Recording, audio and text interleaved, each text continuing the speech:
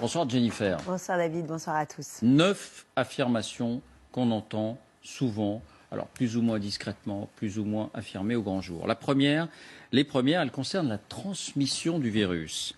Le coronavirus peut se propager seul dans l'air. Il peut en quelque sorte voyager, se déplacer. C'est vrai ou c'est faux ?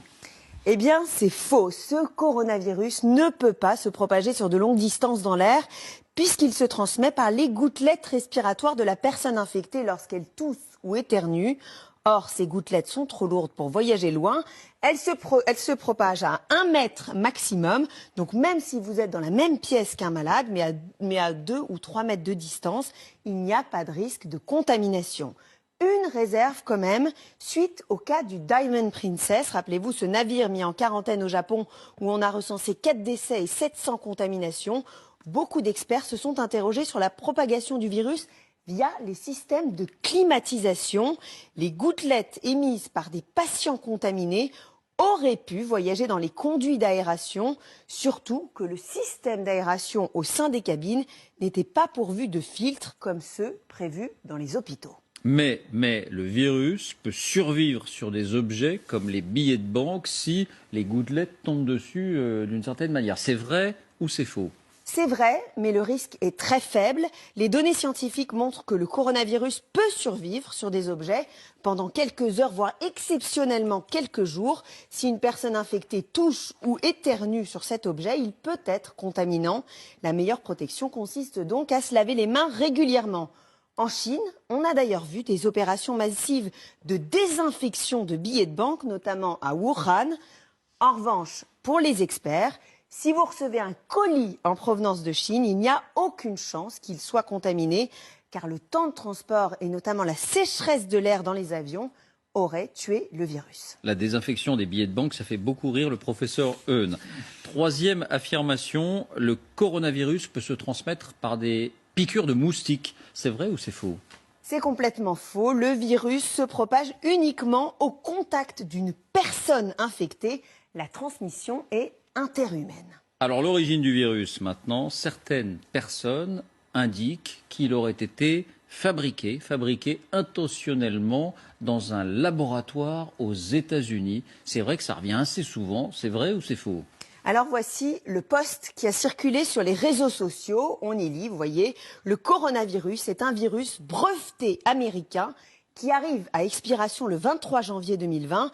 Donc quoi de mieux que de lancer une épidémie pour vendre leur vaccin avant expiration ? Eh bien c'est faux, c'est une fake news au relent complotiste. Ce nouveau coronavirus n'a pas été ni créé ni breveté aux États-Unis. Il existe bien un brevet, mais qui n'est pas consacré au virus actuel, mais à celui du SRAS, une autre souche de coronavirus qui avait provoqué plus de 700 décès en 2003.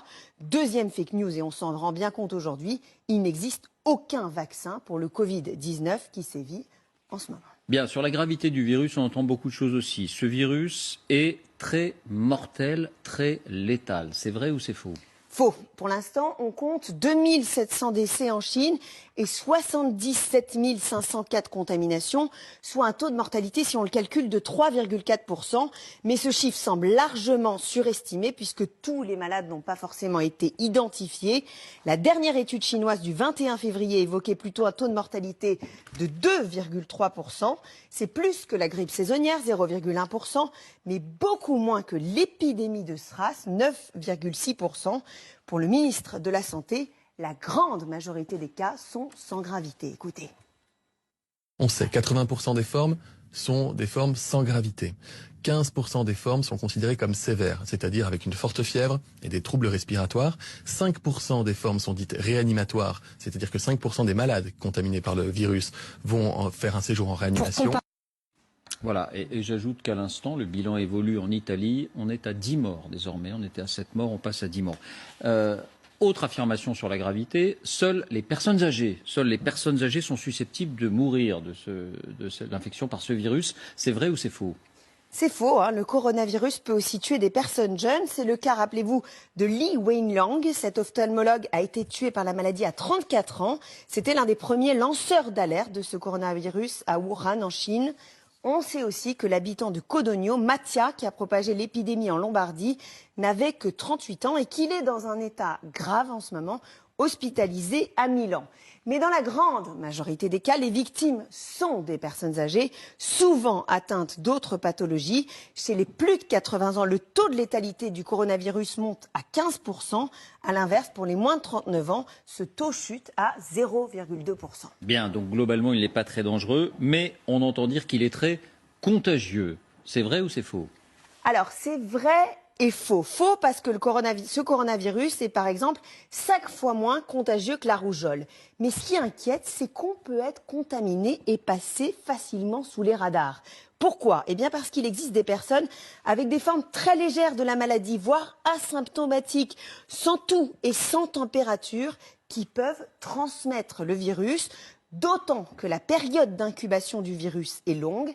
Elle est comprise entre 1 et 14 jours, période pendant laquelle le patient est contagieux, mais ne présente pas forcément les symptômes. Bien, 2 dernières questions sur la protection. Alors les masques, on a entendu tout et son contraire sur les masques. Au final, sont-ils efficaces? Oui, ils sont efficaces, on entend dire. C'est vrai ou c'est faux? C'est vrai, à condition de bien les choisir. Les masques en papier, type masques chirurgicaux, ne sont efficaces que pour les personnes malades et pour limiter la propagation du virus. En revanche, ils ne protègent pas les personnes saines. Pour se protéger, il faut des masques appelés FFP2. Comme celui-là, ils sont plus épais, plus filtrants. Ils sont efficaces 3 heures. Après, il faut les jeter. Ce sont notamment les masques qu'utilisent les soignants au contact des malades. Dernier point, lorsqu'on est vacciné contre la grippe, on nous encourage chaque année à nous vacciner contre la grippe, on est de ce fait protégé contre le coronavirus. C'est vrai ou c'est faux? C'est complètement faux. Le vaccin contre la grippe n'est absolument pas efficace, tout comme les vaccins contre les pneumonies qui n'offrent aucune protection contre ce nouveau coronavirus. Merci beaucoup Jennifer.